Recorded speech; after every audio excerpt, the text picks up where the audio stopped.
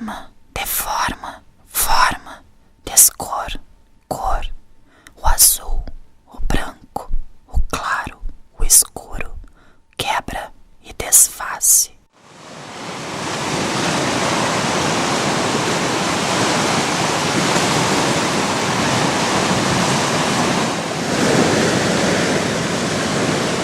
Esta é a primeira ação de um ato maior, que é o de observar um objeto.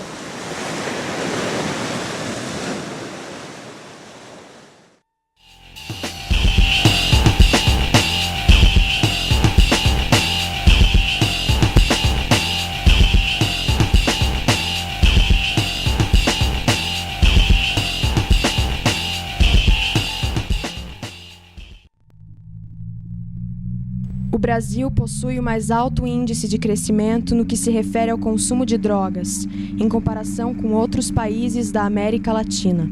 O país integra cada vez mais o tráfico de drogas e o consumo local, em particular a maconha e a cocaína.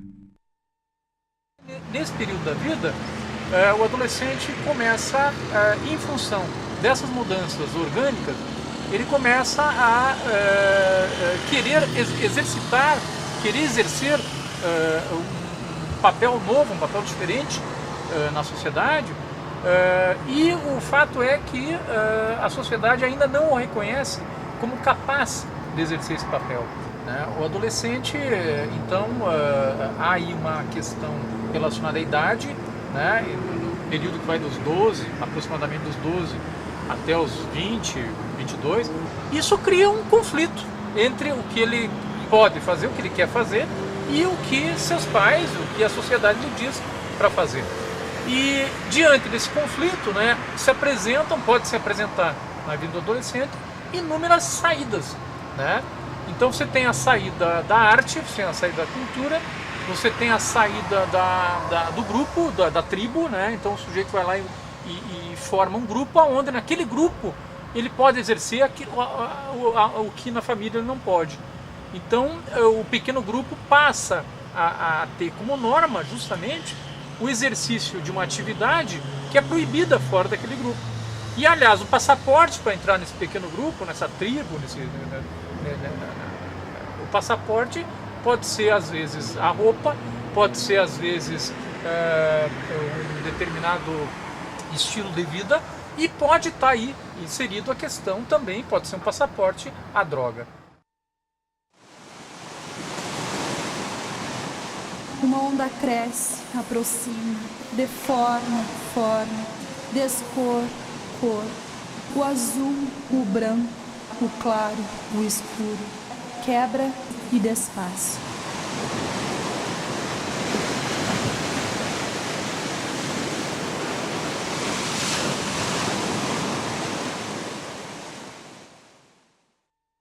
Existe uma linha da psicanálise mais voltada a uma autora que se chama Berasturi, que fala que cabe à adolescência um momento de muitas perdas, né? Um momento de perda do corpo infantil, né? E uma tomada de um corpo agora muito mais preparado para a sexualidade, né?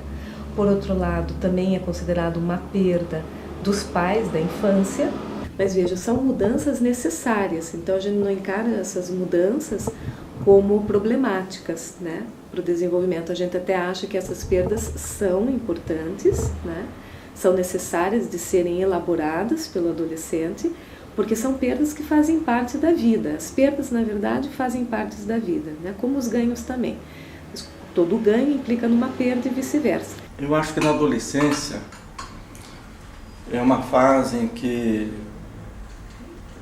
a pessoa, o cidadão, está em busca de coisas novas, de novidade, quer conhecer a vida. Então a droga é uma coisa que ele também quer conhecer. Então a adolescência é a fase onde deve ser combatido o início do vício. Eu creio que a adolescência é um período em que justamente o sujeito ainda não é um babaca, né? Coisa que pode acontecer muito cedo na vida adulta. Ele se tornar alguém já absolutamente dogmatizado, absolutamente fechado para o novo. Quanto mais uma pessoa é capaz de encontrar prazer de forma elaborada, mediatizada, mais protegida está em relação à tentação de procurar o prazer automático, imediato e manipulado das substâncias, ou a possibilidade de ficar dele dependente quando o experimenta. Esses elementos todos, quer dizer, comunicação com o sagrado, destruição e purificação de corpo e a morte, são os elementos muito ligados e significativos e que acontecem nas outras civilizações, nos outros povos, na hora na passagem de idade do adolescente para o adulto. Os rituais de passagem de idade do adolescente, os rituais de iniciação dos adolescentes, devem, ou costumam, ou têm, mais do que costumam, têm sempre esses elementos. Curitiba é a terceira capital brasileira em relação à incidência de casos de drogadição. Dentre 10 capitais, apresenta o mais rápido aumento da taxa de consumo de drogas, com especial destaque para o uso da maconha, na ordem de 11,9%, enquanto o percentual geral atingia o índice de 7,6%. 27,4% dos alunos das escolas estaduais de Curitiba consomem regularmente algum tipo de droga. Bom, Curitiba realmente é uma cidade onde a incidência do uso das drogas é bastante grande. Diversos fatores concorrem para que isso aconteça. Um deles, certamente, é a nossa fronteira com países produtores ou também rota de tráfico. E aqui, aliás, é um dos fatores também. Curitiba é uma rota do tráfico de drogas. A falta de uma política bastante forte de prevenção e de combate às drogas também tem facilitado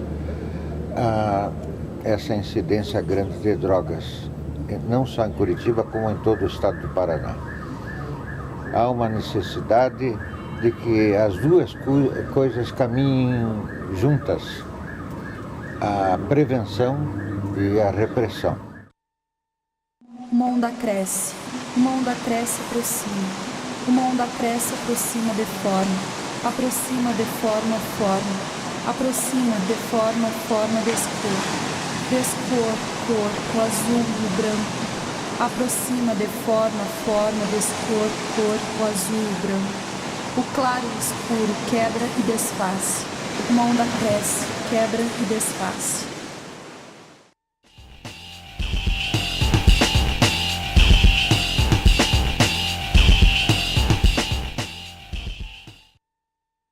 O que vale mais a pena, né? Eu seguir todas as regras e viver até os 80 anos uma vida medíocre, ou eu arrebentar com todas as regras e viver intensamente, né, calorosamente, até os 20 anos. Mas é como se ele colocasse isso constantemente na balança, né? E essa problemática. Todos nós fugimos da realidade porque a realidade é insuportável. Então, Freud diz ali que a gente necessita de algumas satisfações substitutivas, né? De algumas satisfações que nos deem pelo menos um alívio diante da dificuldade do dia a dia. Então, quer dizer que o adolescente foge, bom, mas o adulto foge também, né? Às vezes foge para o shopping center, às vezes foge trabalhando intensamente, né? O workaholic, né? O sujeito trabalha 20 horas por dia sem parar, né? Quer dizer, se isso não é uma fuga, bom, o que é uma fuga, né? A questão é que do desejo a gente não consegue fugir, né? Então muitas vezes a pessoa acredita que fazendo determinadas escolhas ela consegue escapar da relação dela com o seu desejo, e isso, do desejo ninguém foge porque está dentro do sujeito. A adolescência ela se caracteriza como uma fase de rompimento, né? E muitas vezes romper com o até então vigente, né? Com o status quo, vamos chamar assim até então, que situação seria essa?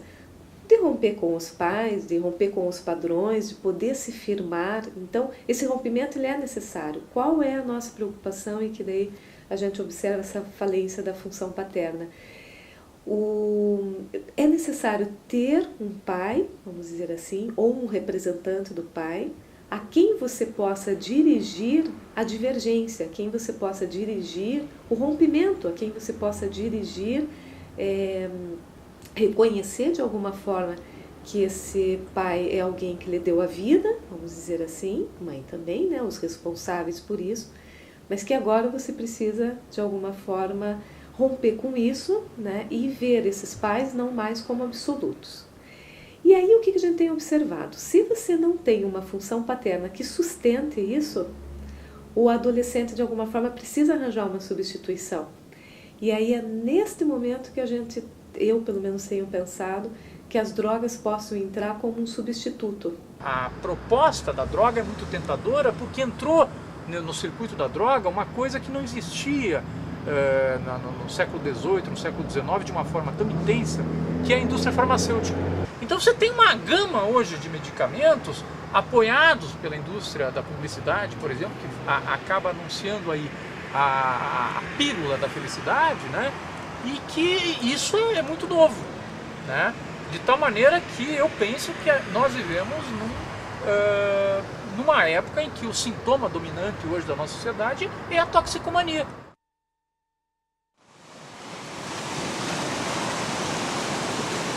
Uma onda cresce, aproxima, deforma, forma, descor, cor, o azul, o branco, o claro, o escuro, quebra e desfaz.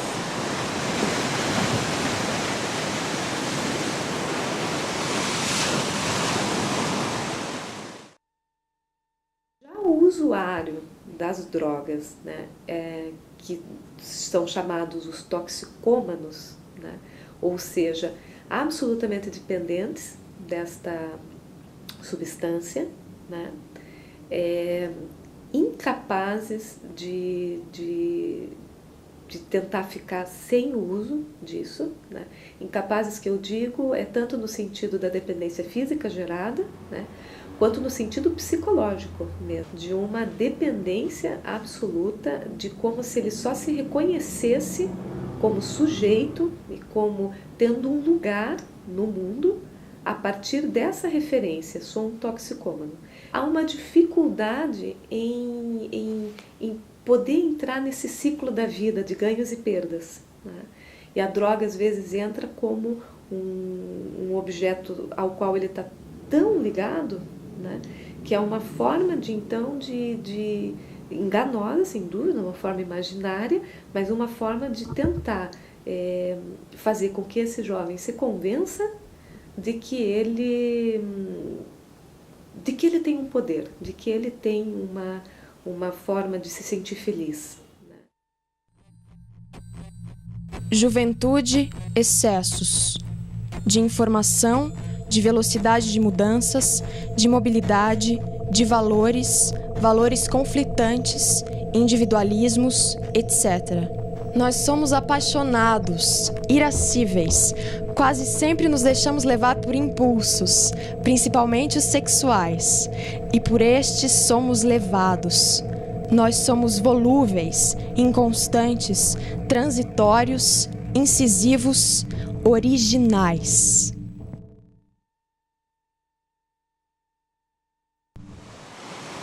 Uma onda cresce, aproxima, deforma, forma, descor, cor.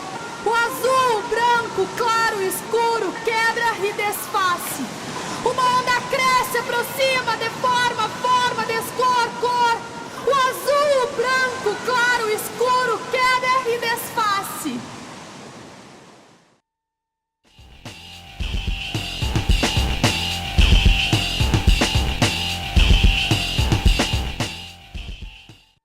Também é necessário que os pais tenham a consciência de que eles fazem parte desse processo de prevenção e precisam também educar prevenindo contra as drogas, levando ao conhecimento dos seus filhos todos os efeitos maléficos que a droga traz quando do seu uso. Se a pessoa está iniciando no vício, é mais fácil. Ela não é viciada, através da educação dessa pessoa, de se explicar, de informar os malefícios da droga, é mais ou menos fácil afastar essa pessoa da droga, corrigir suas amizades, procurar a família ser mais atenta. Agora, o difícil é fazer o diagnóstico da pessoa que está iniciando na droga. Quando que a pessoa está iniciando? Quem que vai fazer esse diagnóstico? Quem que vai desconfiar disso? Tem que ser a família. Se a pessoa já é viciada, então ela já dá na vista.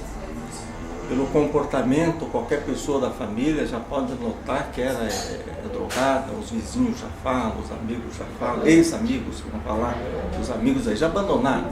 Se tiver ainda algum amigo dos antigos, é porque também está participando da droga.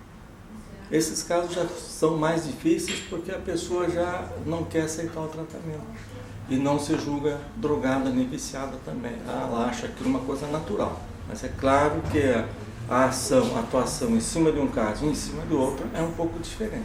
A erradicação do uso de drogas, ou mesmo a sua minimização, ela só se dará quando nós tivermos um nível socioeconômico razoável dentro do nosso país. Há um falso conceito de que, se dando uma palestra numa sala de aula, isso possa resolver, ou possa até, eu diria até que nem ajuda a prevenção.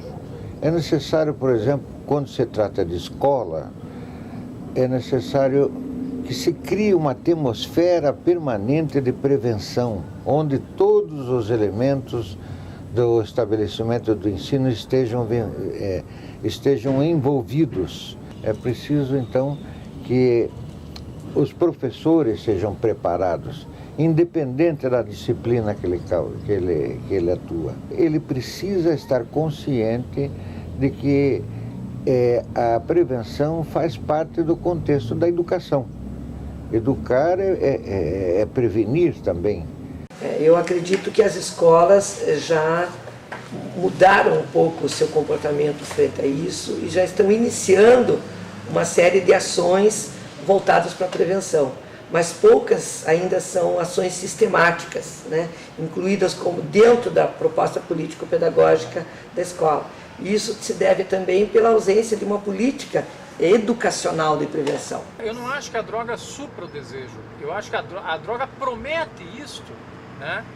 É uma falsa promessa, porque o sujeito, quando ele começa a se tornar dependente da droga, ele acaba não podendo fazer nada sem fazer o uso da droga, né? Quer dizer, então realmente ele transformou a droga numa espécie de muleta que ele não pode mais andar sem. A educação é fundamental. Não existe prevenção, não existe crescimento, não existe desenvolvimento se a educação não for encarada como um processo sistemático, político, intencional, voltado para o desenvolvimento humano, né? Então eu acredito hoje muito mais no trabalho da escola, até mesmo do que o trabalho familiar, né? Eu tenho dificuldade de ter 4 horas diárias para o meu filho, mas para o aluno na escola eu tenho 8 horas.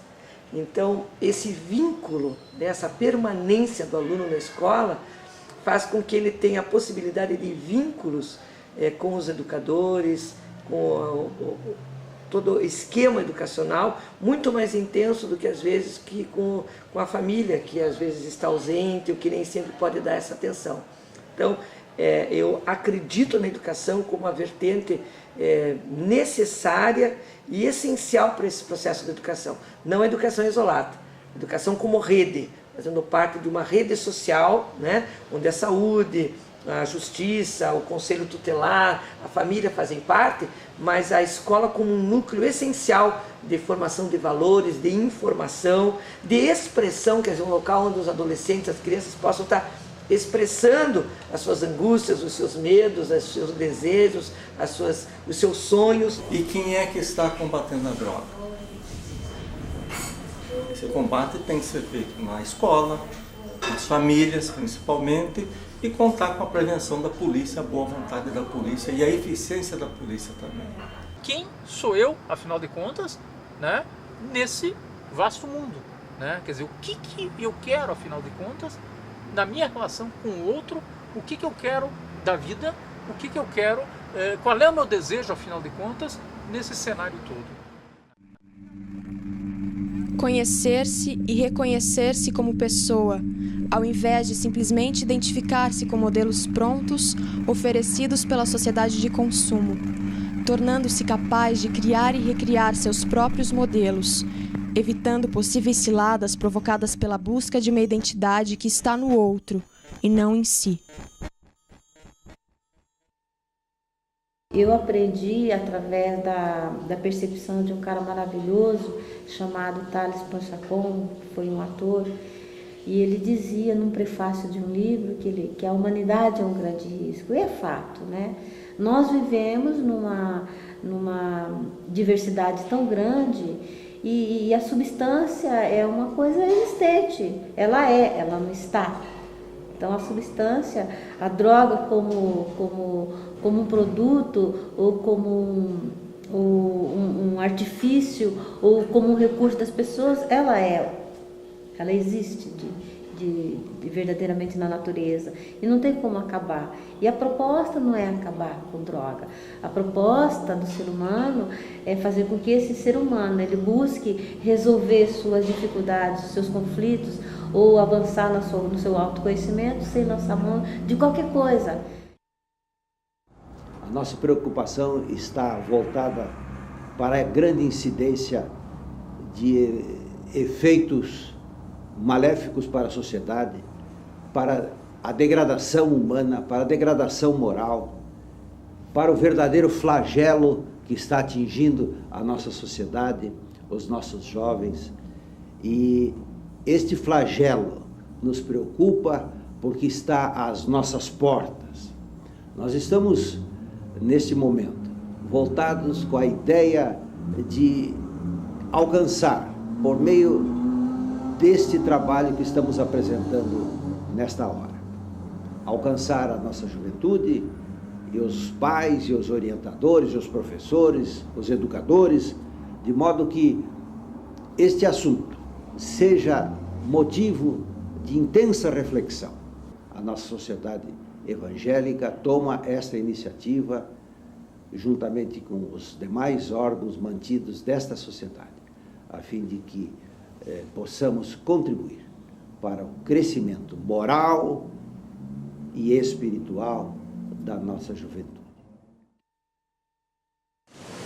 Uma onda nasce, cresce, deforma, forma, descor, cor. O claro, o escuro, o azul, o branco, quebra e desfaz.